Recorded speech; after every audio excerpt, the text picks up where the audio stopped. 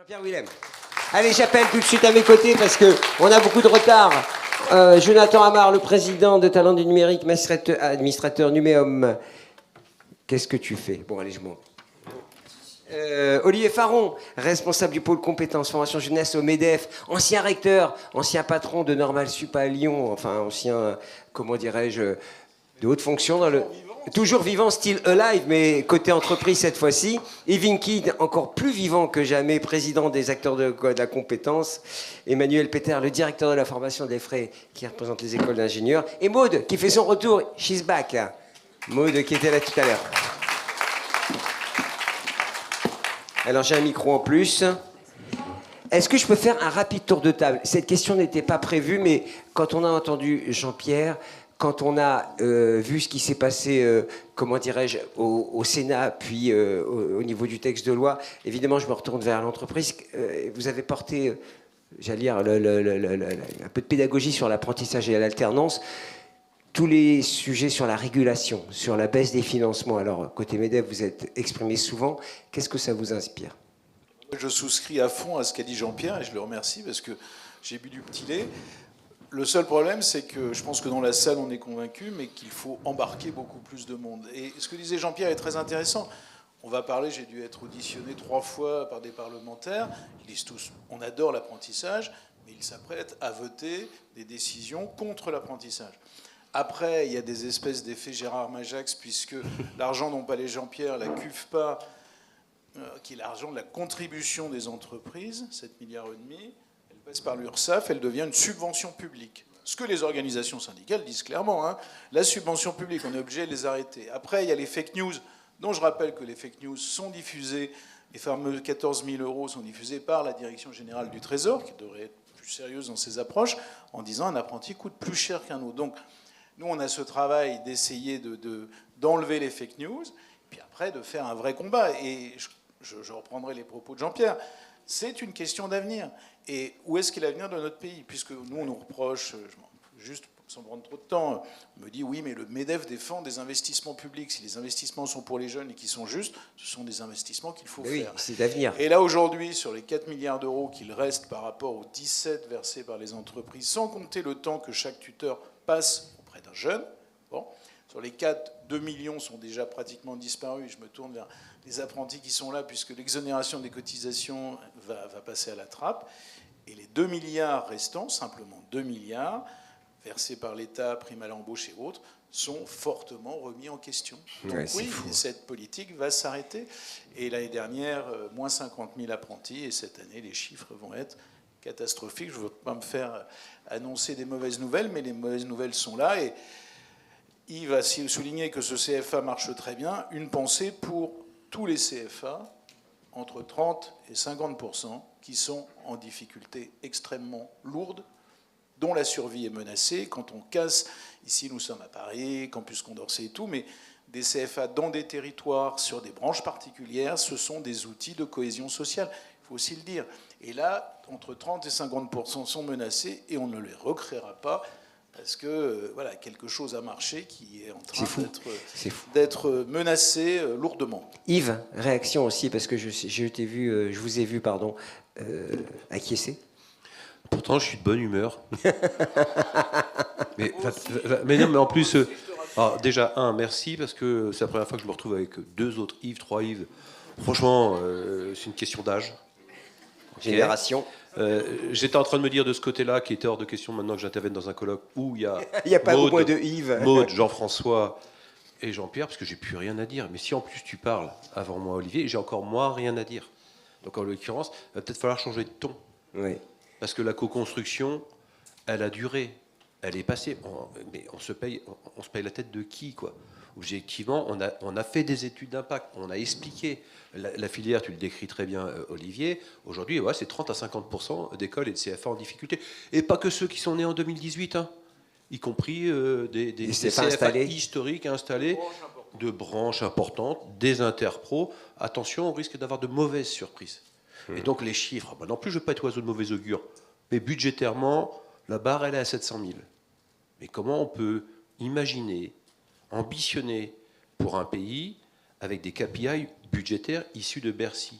700 000, 800 000. Mais c'est pas comme ça qu'on construit une vision pédagogique. C'est pas comme ça qu'on ambitionne des compétences à horizon 2040-2050 en disant, voilà, c'est de la régulation. La régulation ou la réduction d'aujourd'hui, c'est les pénuries en compétences de demain. Jonathan, même question. Est-ce que ça vous énerve, comme dirait l'autre? Non, ça ne m'énerve pas. En fait, moi, je suis chef d'entreprise déjà, depuis 26 ans.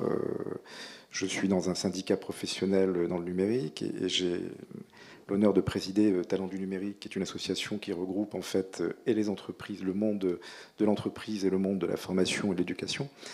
Donc, on est au carrefour de plein de choses. Moi, je dirais que je reprendrai les mots de Jean-Pierre. C'est-à-dire que je pense qu'il y a un déplacement en fait du financement vers les entreprises, tout simplement. Voilà, c'est ce qui se passe aujourd'hui. On est habitué, on est même vacciné là-dessus, donc on est peut-être un peu fataliste. Vous êtes très payé? Non, je dis qu'on est fataliste, on est habitué, on va se battre, mais il faut être réaliste aussi. On est devant une situation économique qui est pas très facile, pas très reluisante, donc. Il va falloir aussi que tout le monde y mette du sien. Et puis voilà, donc on va arriver à faire quelque chose. Mais une entreprise sans apprentis n'est pas une entreprise. Ah. Emmanuel, chez les ingénieurs, une entreprise sans ingénieur apprenti n'est pas une entreprise. Ah oui, mais aujourd'hui, une école d'ingénieurs sans apprentis, particulier quand elle est allée sur un modèle privé. Donc effectivement, ça ne va pas permettre à un certain nombre de jeunes d'accéder à ces formations qui le souhaitent sans le soutien de l'apprentissage. Moi, je voudrais faire le lien aussi un petit peu avec ce qui a été dit sur justement l'intervention précédente, et puis celle encore précédente où Maud a très bien résumé ce qu'on entend, nous, toute la journée, toutes les entreprises qui viennent nous voir sur les différents conseils de perfectionnement. Elles peuvent être de plein de types différents. Il y a des ESN, il y a des éditeurs, il y a des administrations publiques, il y a des boîtes du CAC 40, il y a des petites PME, il y a des hôpitaux, il y a tout le monde. Et effectivement, ils nous disent tous un peu ce que tu as très bien résumé tout à l'heure. C'est-à-dire qu'à l'heure de l'IA, en fait, la dimension généraliste de la formation est de plus en plus importante. On pourra développer ce point-là. Et ça veut dire qu'en fait, il faut qu'on ait une formation en plus encore plus costaud. Et moi, d'ailleurs, je me dis, en fait, ça redonne toute sa noblesse, notamment aux formations d'ingénieurs, parce que c'est le principe. Parce qu'effectivement, les entreprises nous disent, en fait, je ne vais pas vous demander la compétence hard skills là précise dont j'ai besoin, parce que dans 6 mois, elle va changer. Donc on revient effectivement au fait qu'on veut des têtes bien faites. Ça prend du temps, en fait. Et c'est le modèle notamment des formations d'ingénieurs. Parce qu'il faut travailler les soft skills, les hard skills, il faut avoir aussi des bons fondamentaux en termes scientifiques, en termes techno, en termes d'architecture, pour après pouvoir apprendre ça. Donc ça prend du temps. Donc en fait, c'est des formations qui coûtent cher. Voilà. Et qui coûtent cher, qui prennent du temps. Il faut l'adosser à la recherche, il faut des moyens techniques, il faut et c'est vrai, vous en avez parlé aussi tout à l'heure, sur les critères de qualité, il faut un vrai accompagnement. Et la loi, d'ailleurs, n'est pas claire là-dessus. Hein. Alors, la loi, effectivement, on attend un peu le projet de loi. Pour le moment, le projet de loi, je crois que tout le monde, on ne sait pas très bien ce qui va retomber. Nous, on a fait une note à Talents du numérique pour pousser un certain nombre de sujets. Effectivement, on est plutôt favorable à la régulation. C'est pas très bien. Ce qu'on voit aujourd'hui, ce qui paraît assez évident, en tout cas pour une partie des acteurs, c'est qu'il y ait loi ou pas loi, il y a une montée en puissance du HCERS sur la régulation des organismes privés, en tout cas qui sont rattachés au ministère de l'Enseignement supérieur. Oui, donc voilà, je sais même pas le. Au comité, à l'évaluation, l'évaluation de l'enseignement supérieur et de la recherche. Bon, et eux, ils sont en train de standardiser, en tout cas, de façon assez claire, comment ils vont évaluer aujourd'hui un certain nombre d'établissements d'enseignement supérieur, notamment privés. Et ça, c'est intéressant, parce que eux, en tout cas, que la loi passe ou pas, je pense que eux, effectivement, ils sont en train de... Et c'est intéressant. Et d'ailleurs, là, il y avait le président de la commission du privé qui intervenait récemment, peut-être chez Newstank, d'ailleurs. Oui, bien sûr.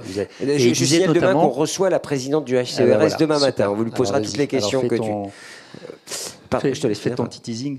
Non, parce que c'est un comité restreint, donc je peux pas inviter tout le monde. Et en tout cas, dans ce qu'ils proposent, d'ailleurs, ils disent aujourd'hui, d'ailleurs, quand nous on évalue de l'apprentissage, on n'évalue pas les taux de boursiers, parce que les taux de boursiers Crous, on a accès à une bourse Crous que quand on est dans de la formation initiale. Ils disent, on voudrait aussi pouvoir mesurer le taux de boursiers potentiel qu'il y aurait dans les publics qui sont en apprentissage. Ça, je trouve que c'est intéressant, parce que ça permettrait, si on y arrive, à mesurer effectivement l'impact social dont on parlait depuis tout à l'heure. On est bien d'accord que la loi telle qu'elle est envisagée, la régulation telle qu'elle est proposée, les choix qui sont faits, il joue contre l'apprentissage. Alors vous avez vu Maud, Jonathan, alors il est aussi entrepreneur, vous représentez aussi l'entreprise. C'est l'entreprise qui est sollicitée une fois encore. Est-ce que vous pensez qu'elle peut assumer ce rôle, ces restes à charge qui sont de plus en plus importants? Certaines oui et d'autres j'ai envie de dire non, donc il y aura aussi un choix sur les types d'entreprises, effectivement. Et ce qui est intéressant, enfin ce qui était intéressant jusqu'à maintenant, c'est que les apprentis peuvent intégrer tout type d'entreprises, les PME comme les plus grands groupes. Et le risque là, c'est que certaines sociétés puissent les accueillir facilement. Ouais. Bon, c'est pas simple, hein, je crois. Allez, on commence le débat parce que notre débat 2030, transformer les défis du numérique et de l'IA en opportunités pour l'apprentissage. Allez, on va voir le verre à moitié plein, hein, Yves, si tu es d'accord. Jonathan, première question. Est-ce que l'alternance, elle est adaptée et suffisamment adaptée au rythme de l'évolution des technologies, ou c'est peut-être même la condition pour l'intégrer, cette évolution rapide? Écoute. Oui, ça doit marcher. Ça marche pas? Bon. Là, ah oui, ça marche pas. Il faut bien le tenir près de la bouche. Oui, d'accord. Oui, c'est le menton. Ouais. En fait, déjà, il faut prendre... tu parles de l'IA, là, ok? Ouais. L'IA, il faut le prendre comme une opportunité, je pense que voilà, c'est tout simple. Hein. On est là, c'est en train de nous percuter, c'est en train de faire pivoter l'entreprise, et ça nous fait basculer complètement. Nous, les entreprises du numérique, on est en train de basculer dans un autre monde, dans d'autres modèles économiques, et il faut comprendre que là, ça se passe maintenant chez nous. Donc, ce changement, on doit l'opérer en interne, bien sûr, avec nos équipes aujourd'hui, mais on l'opère aussi avec des nouveaux, et les nouveaux, c'est souvent des jeunes en apprentissage, qu'on arrive à former, on va dire, à notre sauce, d'accord ? Je vais vous donner un exemple assez précis, par exemple. Aujourd'hui, on a besoin de plus en plus d'être dans le mode agentique, donc on a besoin de compétences qui savent créer des agents. Eh ben, je prends mon entreprise, mais j'en connais plein, parce que je rencontre à peu près 4-5 entreprises par jour en ce moment. Ils sont tous en train de prendre des apprentis pour développer des agents. Voilà. Et donc les apprentis deviennent nos experts agentiques. C'est des acteurs de la transformation. Ce sont les acteurs de la transformation. Les acteurs de la transformation. Et effectivement, ils prennent énormément d'expérience et d'expertise. Et je rappelle juste une chose, c'est que, par exemple, chez nous, quand on voit en fait des juniors, parce qu'on continue à prendre quelques juniors, l'apprentissage est vu comme des années d'expérience. Donc on le prend vraiment comme de l'expérience. Et ça, c'est super important. Et c'est comme ça qu'on valorise tout ça et qu'on le valorise auprès de nos clients. Et deuxième point, avant, nos clients nous disaient non, on ne veut pas de juniors. Mais aujourd'hui, de par le phénomène de l'IA, les juniors deviennent quelque part les premières personnes qui sont intéressantes pour nos entreprises. Et d'autre part, encore une fois, l'IA continue à nous percuter, et notamment avec l'offshore.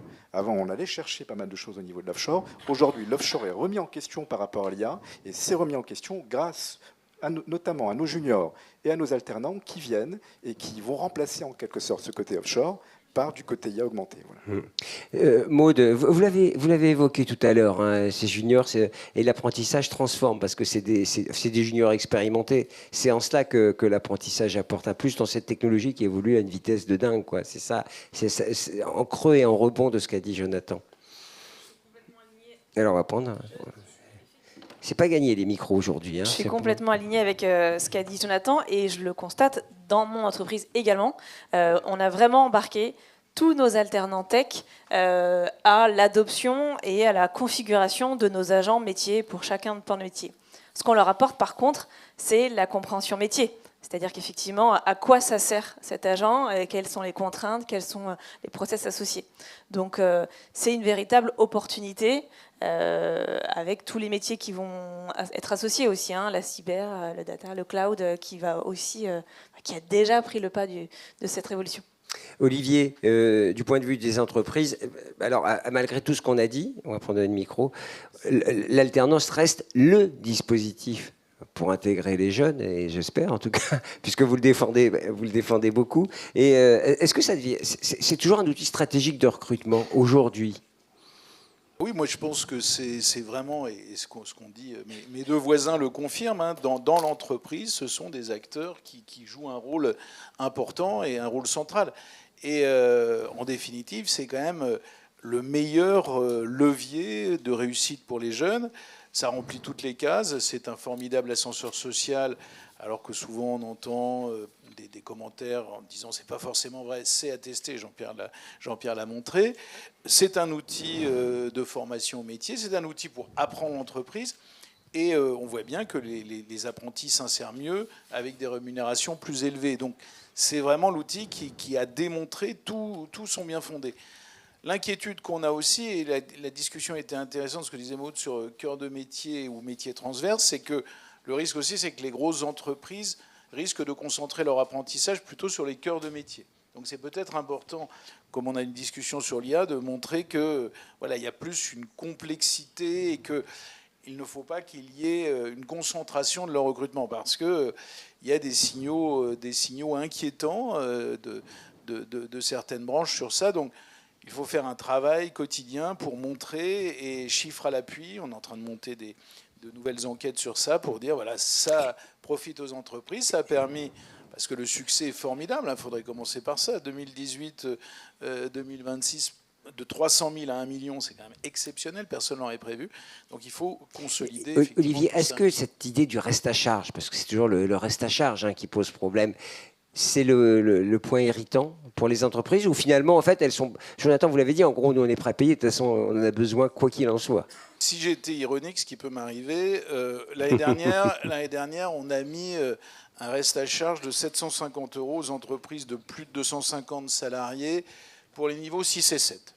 Et puis, cette année, on leur a mis une prime à l'embauche de 750 €. Donc, vous prenez de ma main gauche, je vous prends 750 €, de ma main droite, je vous les donne.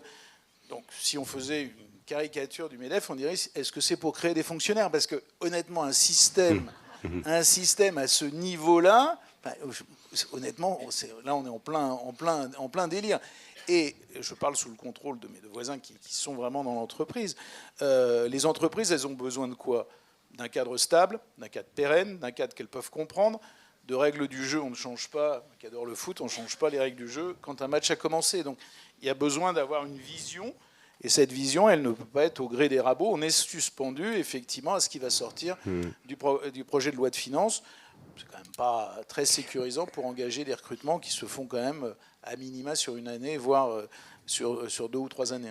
En plus, si je ne m'abuse, ces 750 € de taxes, ils étaient prélevés... De reste à charge, pardon.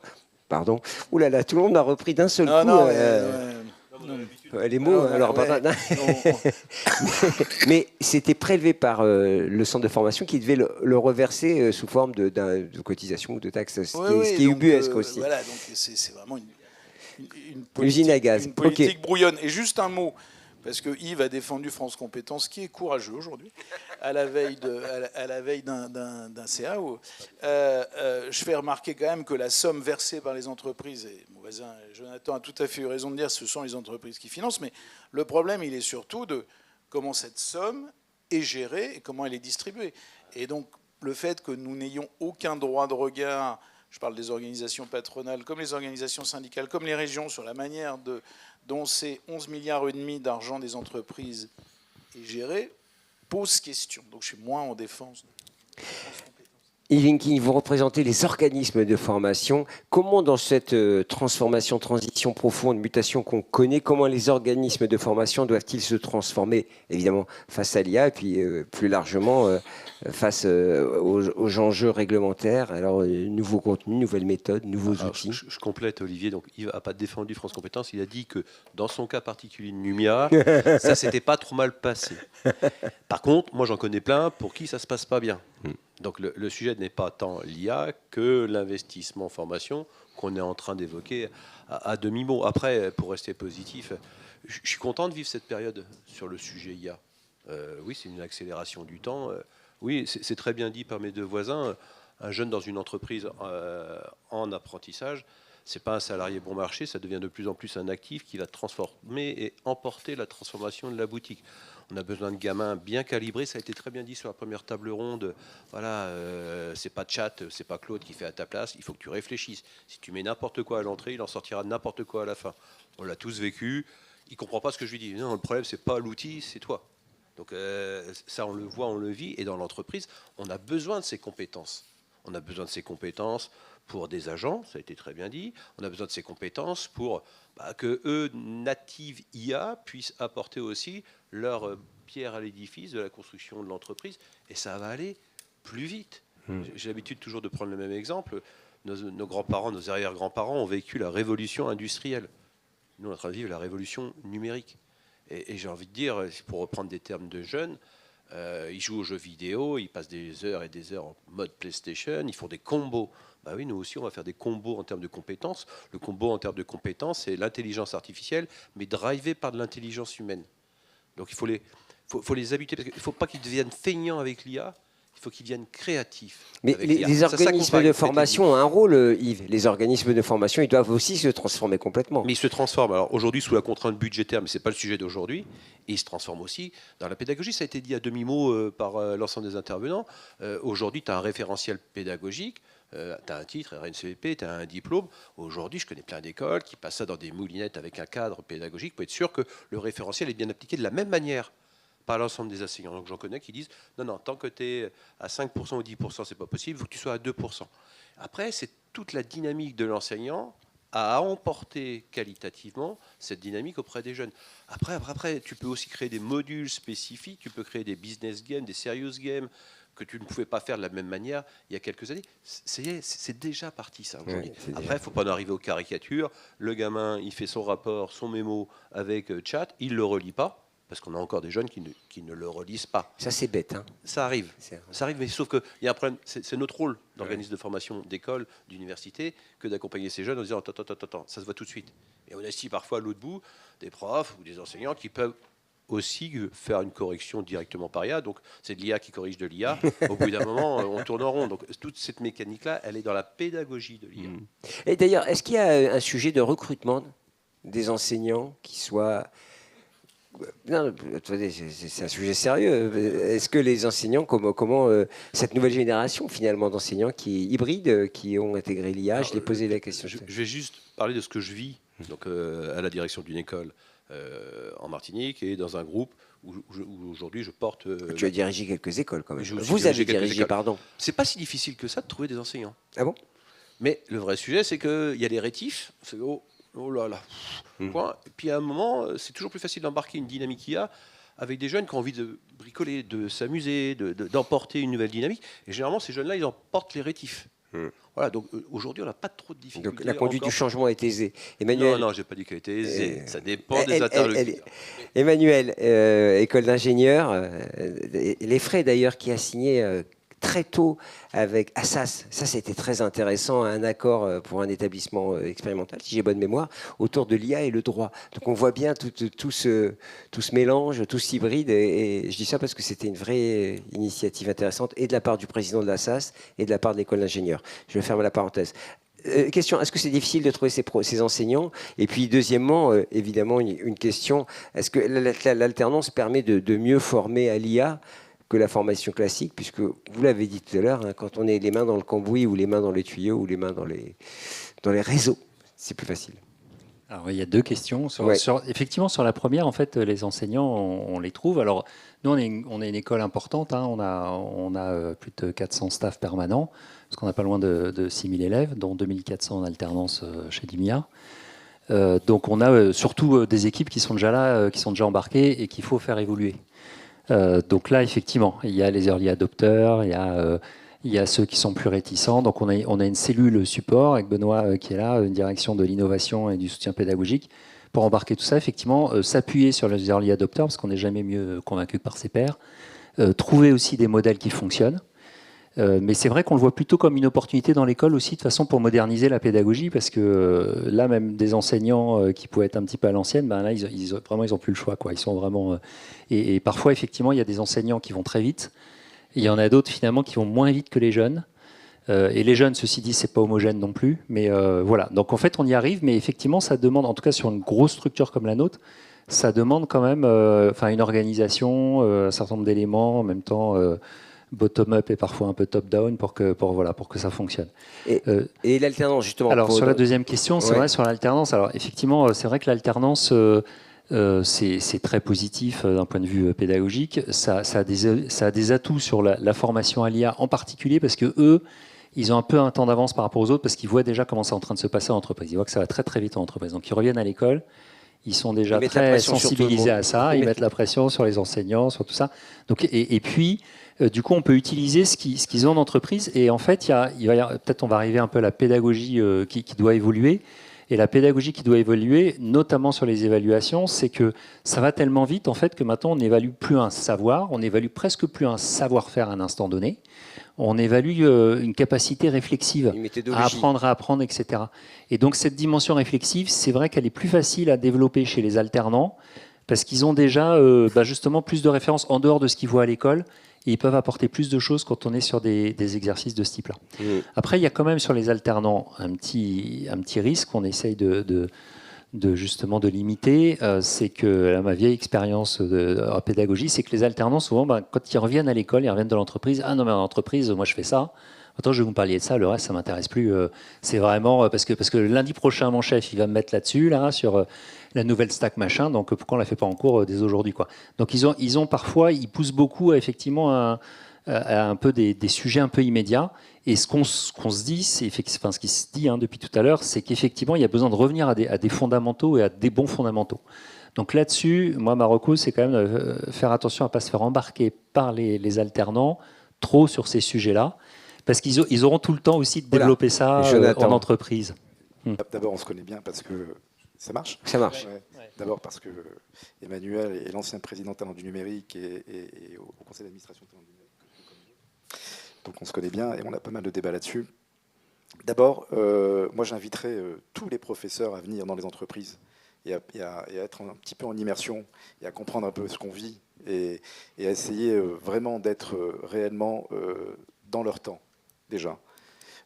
On a bien évidemment, nous les entreprises, par rapport aux établissements d'enseignement, des temps différents, des façons de travailler différentes, peut-être un punch différent, parce que nous, on est poussé par le marché, par le business, et c'est normal.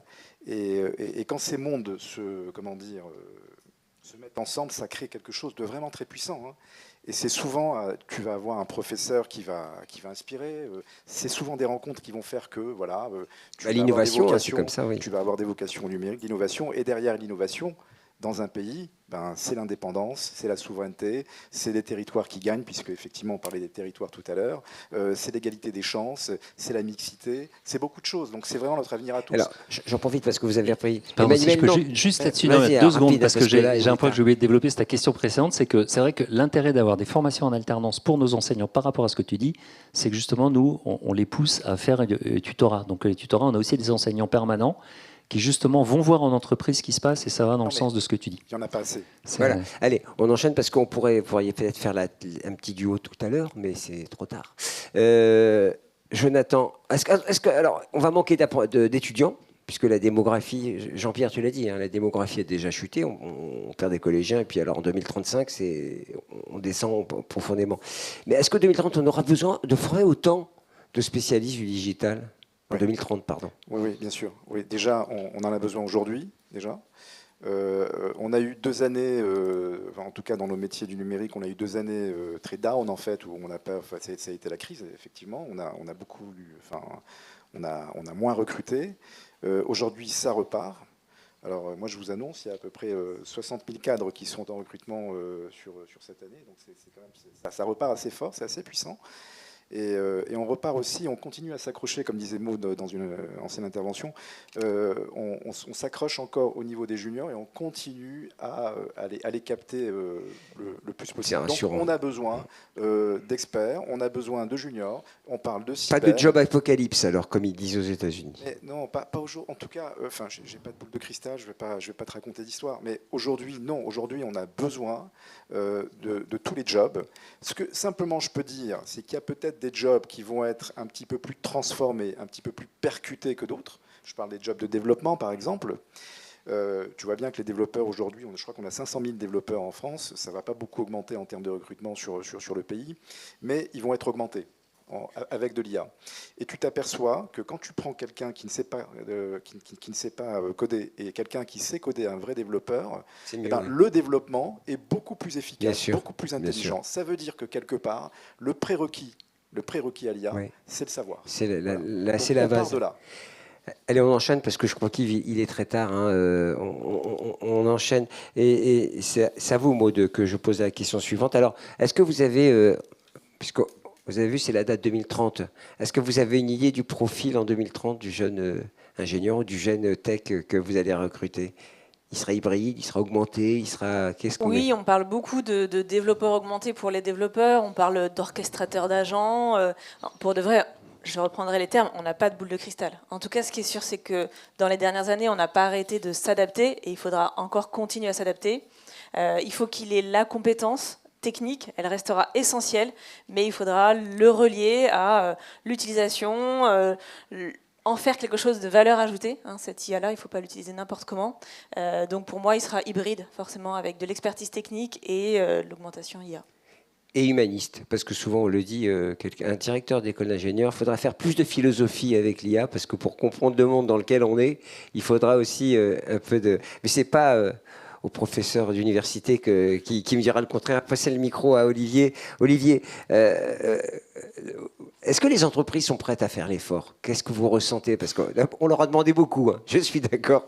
Est-ce qu'elles sont prêtes à faire l'effort? Parce qu'en en fait, en 2030, une entreprise devra former elle-même ses talents, puisqu'ils sont moins nombreux, ils sont plus compliqués à trouver. Est-ce qu'elles sont prêtes à consentir? Dans la dernière ligne du tableau de Jean-Pierre Willem, il y avait quelque chose d'intéressant, c'était le lien public-privé. L'apprentissage, en définitive, c'est un beau succès du public-privé, c'est-à-dire de structures de fonctionnement public, les universités, tu l'as rappelé, vous l'avez rappelé, je suis universitaire, et au départ, et du système privé des entreprises. Je pense que ce système-là est vertueux. Après, je pense que tout ce qu'on a dit depuis le départ montre qu'il faut qu'il y ait aussi une révolution culturelle qui embrasse large. La table ronde avait montré, précédente en participation de Maud, avait montré qu'il fallait de la curiosité et l'adaptation, l'envie de faire. En tant qu'ancien recteur, le système éducatif français, c'est rigoureusement le contraire. Donc il y a une révolution systémique à faire sur ces questions-là. Il y a une révolution systémique aussi à faire, c'est en filigrane de tout ce qu'on a dit, sur quelle est la pédagogie de l'apprentissage, qui doit être une pédagogie dans l'entreprise avec la mobilisation des maîtres, des tuteurs d'apprentissage, qui doit être une mobilisation et une réflexion de pédagogie conjointe. Donc il y a beaucoup de champs à tracer. Après le risque, et sans revenir sur le désengagement de l'État ou sur la fragilisation du modèle, le risque, il est clair, hein, c'est que chacun se recroqueville sur ces enjeux et que on revienne à des pratiques plutôt d'internalisation des formations au sein des entreprises. C'est-à-dire qu'il y a un moment, c'est pour ça qu'il faut que les règles du jeu soient stables. Après, juste un point sur la crise démographique, parce que c'est une vraie crise. 1 million de jeunes en moins entre 2030 et 2040, 1 million de jeunes, chacun coûtant 10 000 euros. Donc il y a une question aussi de savoir comment se redistribue cet argent-là. Mais de l'autre bout du spectre, il y a aussi de plus en plus de départs, par exemple, de dirigeants. Il y a une question de reprise d'activité qui est extrêmement importante. Donc derrière la question qui nous a mobilisés de l'IA, il y a comment on construit de nouveaux managers aussi, comment on pousse des jeunes, peut-être plus dans les établissements, à prendre le lead de nouvelles entreprises. Donc la question, elle doit être vue de façon à 360 degrés. Je pense que c'est important d'avoir une vision très large de cette question-là. Est-ce que je me trompe si je me dis que j'en entends pas beaucoup parler dans les programmes présidentiels qui sont présentés? Pas encore, mais la fonction du MEDEF est de faire un lobbying efficace. Donc nous allons nous mettre avec Numéum, nos adhérents. On va se mettre au travail pour faire le lobbying. Après, je commencerai par dire... Ça fait 1 an que Patrick Martin parle de la jeunesse. On commence à entendre quelques... Mais c'est vrai que 1 500 000 NEETs, donc qui ne sont ni en emploi ni en formation, personne n'en parlait, ce qui est un déni démocratique absolu. Donc on espère que les candidats, ils sont nombreux, se saisiront un jour ou l'autre de cette question-là. 39 candidats, c'est ça. Alors, Jonathan, vous voulez dire un mot, et puis après, c'est Yves. Juste par rapport à la présidentielle, puisque tu l'évoquais, avec Numéum, avec le MEDEF, avec Talents du numérique, avec tout le monde, on a mis en première position, d'accord, des revendications, l'éducation. Voilà. Dedans, qu'est-ce qu'on met? On met la mise en avant de toutes les matières scientifiques, ce qui n'était pas le cas. Voilà. Donc on voudrait que ce soit vraiment beaucoup plus de mise en avant. Les formations, beaucoup plus de formations pour réduire la fracture numérique. revoir l'éducation à l'ère de l'IA, et donc avec un savoir qui est un prérequis par rapport à l'utilisation de l'IA, et l'orientation vers les métiers du numérique, et notamment la mixité et l'attractivité avec les jeunes femmes. Donc voilà, c'est à peu près ça. Entendront-ils. Alors, une question plus technique pour Yves, parce que c'est le technicien de la partie. Comment on va certifier les compétences à l'avenir? Parce qu'on parle de blocs de compétences, on parlait de diplômes, de certification, de blocs de compétences. Comment ça évoluera, ça? Parce que finalement, le diplôme n'est plus garanti de rien. C'est la compétence, c'est... Pourquoi les questions sympas sont pour les autres? Donc, oui, Yves, vous pouvez répondre à celle que vous voulez. Voilà, on fera du lobbying avec le MEDEF, Nouméum et les acteurs de la compétence. On se retrouve autour de la table du Syntec. Sur le sujet de la certification, je vais brosser d'un revers le sujet. C'est pas le sujet. On a besoin de quoi? De compétences dans les entreprises. On disait 2030, mais 2030, on y est déjà. Ouais. 2040, ça va aller à une vitesse. Je discutais le jour avec une grosse entreprise de VTC, je ne donne pas son nom. Cousin Hub. Cousin Hub, il me dit, les taxis autoconduits, c'est prêt. Le problème, il est psychologique, le problème, il est culturel, mais ça veut dire que derrière, il y a tout un accompagnement de pédagogie, de formation, de ci et de ça. Sur le sujet de la certification, aujourd'hui, on a le Graal. Le Graal, on le connaît, tu l'évoquais, il y a le HCRS, les diplômes du MESRI, les titres du RNCP. Dans le RNCP, mais je ne vais pas passer 2 heures sur le sujet, il y a aussi des registres, le RS. Tout ça existe aujourd'hui. Il faut aussi qu'on fasse notre évolution. On entend parler de plus en plus de soft skills, de micro-certification, de batch. Le vrai sujet, je prends juste un exemple que je vis aujourd'hui. Est-ce que c'est bien aujourd'hui de former un jeune sur les 15-20 applis utiles? Mais ils sont capables de payer. Jeunes, moins jeunes, ils sont capables de payer parce que c'est de l'employabilité en plus. Donc aujourd'hui, ce n'est pas tant la mécanique de certification que les compétences dont on a besoin dans nos entreprises. Et quand je dis dans nos entreprises, je nous compte dedans. Donc aujourd'hui, on a un Graal, c'est France Compétences, le répertoire avec le RS dedans. On a les diplômes gradés, visés, on a les travaux en cours et on participera aussi à la réflexion donc avec Coralie, sa présidente du HCRS, sur partenaires agréés. Tout ça, ça va dans la démarche d'une qualité supérieure. Et je termine par un sujet que je voudrais quand même faire passer comme message. Il n'y a pas que des fraudeurs et des voleurs dans la profession. Non. C'est vrai. Je sais pas, j'ai l'impression que quand il y a un truc qui marche en France, il faut qu'on trouve tout à coup, donc on a eu le syndrome dans les EHPAD, dans les crèches, dans la formation, ça y est, ils ont trouvé leur Graal, point, mais ok, fraude, il faut corriger, c'est sûr. Mais ça ne veut pas dire non plus qu'il n'y a qu'un secteur de fraude, tout ça c'est utile pour faire des coups de rabot budgétaires. Donc on a des travaux devant nous, les uns et les autres, pour faire entendre aux politiques qui vont nous diriger demain que l'investissement en formation, il serait temps qu'on s'en préoccupe. D'autres pays à l'international sont déjà plus en avance que nous en la matière. Emmanuel, dernière question, je pense, pour Emmanuel. Il y a une question qui me taraude, il y a quelques questions qui me taraudent depuis le début de aujourd'hui. On manque d'ingénieurs. Moi, depuis que je fais ce métier, je pose des questions aux écoles, mais est-ce que c'est de votre faute? C'est de la faute du lycée, du collège, de la maternelle Alors, on a développé l'alternance et on a vu que ça marchait du feu de Dieu. Normalement, ça aurait dû faire une traînée de poudre. Ce n'est pas le cas. Alors, vous êtes une grande école d'ingénieurs par le nombre, beaucoup d'ingénieurs formés, mais pour autant, ce n'est pas quelque chose qui va augmenter, il me semble-t-il. Et pourquoi cette raison? Oui, parce que l'appareil de formation publique et privée, il est prêt à accueillir plus de jeunes à les former. C'est un problème de vocation en amont. Et du coup, Jonathan en a parlé. Il y a un problème de valorisation des matières scientifiques, parce qu'un ingénieur, effectivement, ça fait partie de ses fondamentaux, la dimension scientifique. C'est vrai que la dernière réforme du bac, là-dessus, n'a pas forcément été un succès. Et ça, c'est un sujet qui est vraiment clé, qu'on veut porter aussi à la prochaine présidentielle. Je pense que le sujet, il est beaucoup là, parce qu'effectivement, on a un manque de vocation. Donc, on a moins de gens qui font globalement qui font sérieusement des sciences dans l'enseignement secondaire. Donc, on s'organise d'ailleurs pour accueillir des publics plus divers en école d'ingé, mais ça, c'est un sujet. Après, il y a le sujet de est-ce qu'on sait rendre le métier d'ingénieur suffisamment glamour? Et là-dessus, on a, je pense, un peu de boulot, parce que c'est encore vu aujourd'hui beaucoup comme un métier parfois un peu fastidieux, un peu assez masculin, un peu technique, etc. Et pas qu'un peu. Et là, Et là, effectivement, il y a un vrai sujet aussi pour attirer plus de jeunes femmes, pour avoir plus Vous d'ingénieurs. avez du mal aussi dans toutes les ESN. Prenez le Bah micro.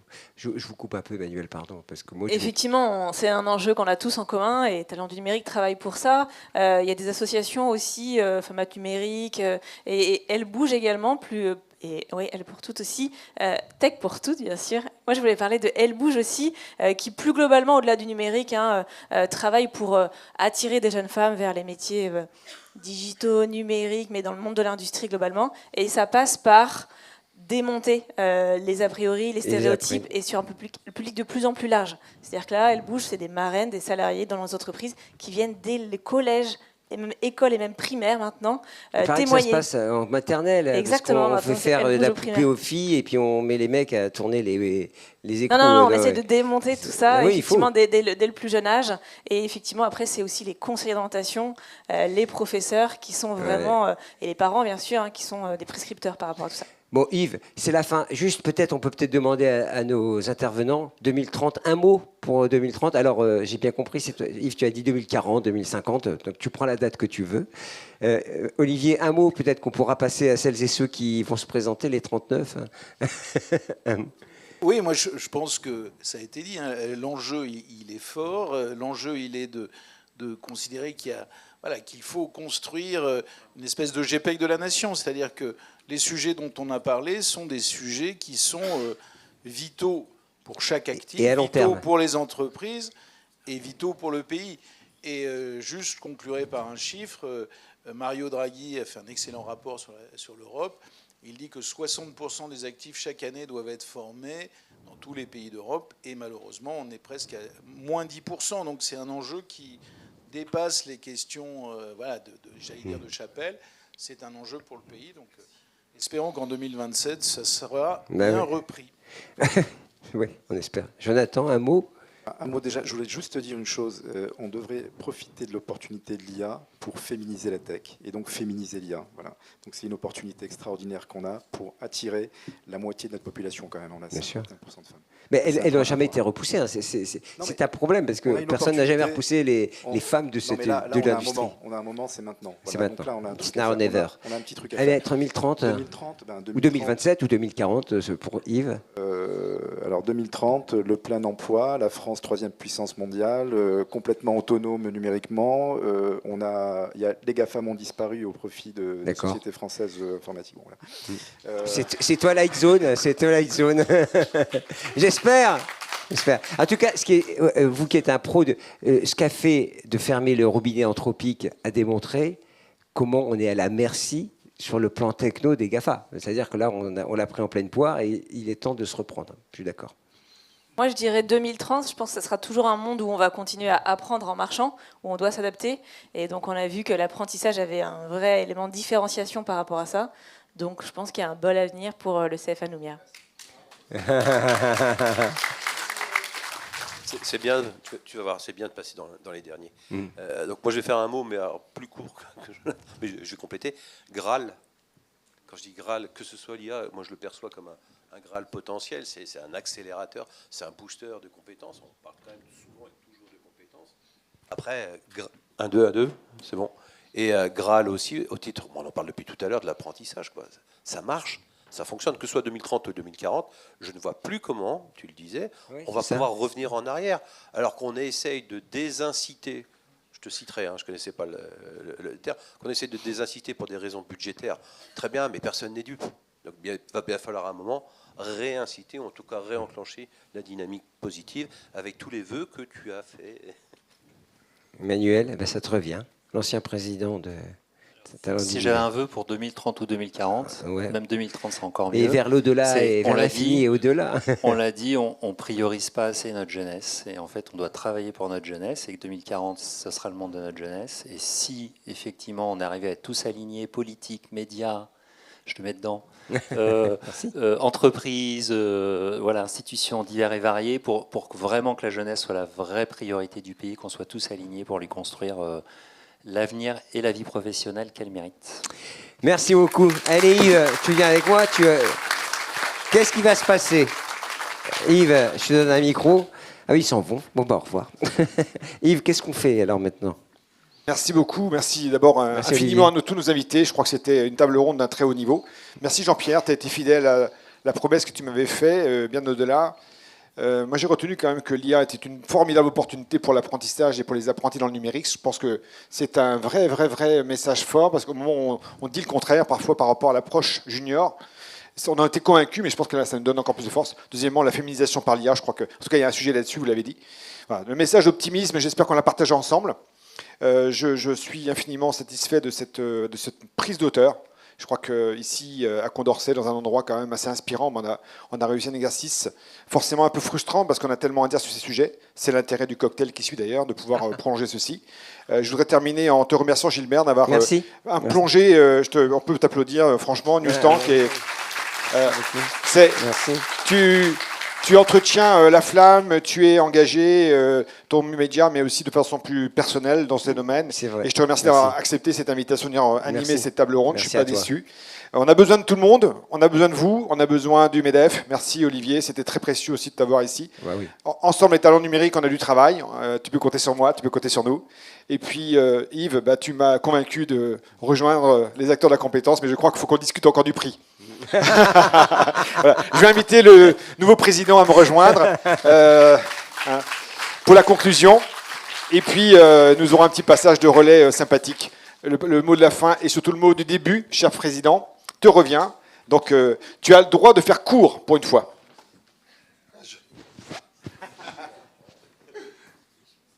Bonjour à tous, je salue tous ceux que je n'ai pas encore salués aujourd'hui. Je peux vous dire que je suis impressionné par l'après-midi que je viens de vivre. Quelle intensité, que de talent, que de belles interventions et que d'optimisme concernant l'apprentissage, concernant l'apprentissage dans le numérique, dans le digital, que d'optimisme concernant le CFA AFIA. Alors pour l'année Numia, pardon, mais moi je suis un vieux jeu. Ça fait près de 10 ans que j'ai abandonné la partie, mais je suis vraiment ravi de prendre part à cette belle aventure. Voilà. Et merci encore Yves, merci encore Fabrice de la confiance. Merci aux membres du CA de la confiance que vous m'avez accordée. Et j'espère que vous allez tous vous associer à moi, parce que je suis hyper admiratif pour la course que le CFA a fait depuis que j'ai passé les clés du camion, c'est pas le ballon à l'époque, les clés du camion à Yves en 2018. On était 17 de mémoire. On accompagnait du mieux possible, je crois qu'on accompagnait très très bien. Oh non, 1200 apprentis à la fin du parcours. Mais quand je vois aujourd'hui 100 personnes qui accompagnent 5000 apprentis, ça me donne effectivement le vertige, mais plutôt le vertige de la réussite. Donc bravo à Yves qui a initié cette formidable mutation, cette formidable croissance du CFA. Bravo et merci à Fabrice qui l'a soutenu. C'est important au rugby d'être au soutien, qui l'a accompagné. Merci à tous ceux qui y ont participé, qui ont mouillé le maillot pour cette réussite. Bravo à tous et je vous associe tous à ce grand bravo. Voilà. On a des ballons, c'est un drop. C'était un passage de balle. Voilà, merci. Allez, tiens. Voilà. Du moment. Voilà. Il y a une remise de trophées, c'est un moment particulier pour ceux qui vont pouvoir profiter. Chaque année, nous remettons les meilleurs trophées ou les trophées à 7 apprentis, à leur tuteur entreprise et à leur tuteur pédagogique. C'est toujours un moment précieux. Les jurys ont été réalisés avec donc 2300, 3000, je crois, diplômés. 7 d'entre eux ont été primés par le jury présidé par par Déborah Mongendre. Et donc ça va avoir lieu pendant le cocktail. C'est des belles histoires. On aime raconter, présenter et partager ces formidables réussites de l'apprentissage, parce que derrière l'apprentissage, il y a de formidables réussites. Des jeunes qui ont commencé en première, deuxième, troisième année, qui ont fait aussi des carrières. Moi, je suis impressionné, et je vais faire un petit mot là-dessus. Quand on est tuteur pédagogique, quand on fait du tutorat et quand on suit, ça fait le lien avec ce que tu disais. C'est incroyable les expériences qu'on vit quand on vient voir comment les étudiants apprentis de première année, deuxième année ingénieur sont incroyablement avancés dans l'entreprise, dès lors qu'on y met les conditions. Mais franchement, faut y croire. Et le tutorat pédagogique, le tutorat, est une expérience aussi qu'il faut renforcer dans son impact. C'est formidable pour les tuteurs entreprises parce qu'ils vivent une expérience voilà, tout simplement stimulante. Mais c'est incroyablement motivant et stimulant pour les tuteurs pédagogiques enseignants qui viennent observer et regarder et aussi encourager. Donc voilà, c'est notre prochaine cause de la rentrée avec un tutorat augmenté, ça s'appelle ISIA Skills, mais c'est surtout au service de l'humain. J'ai bien compris ce message, des tuteurs encore plus humains. Merci à vous, bonne soirée.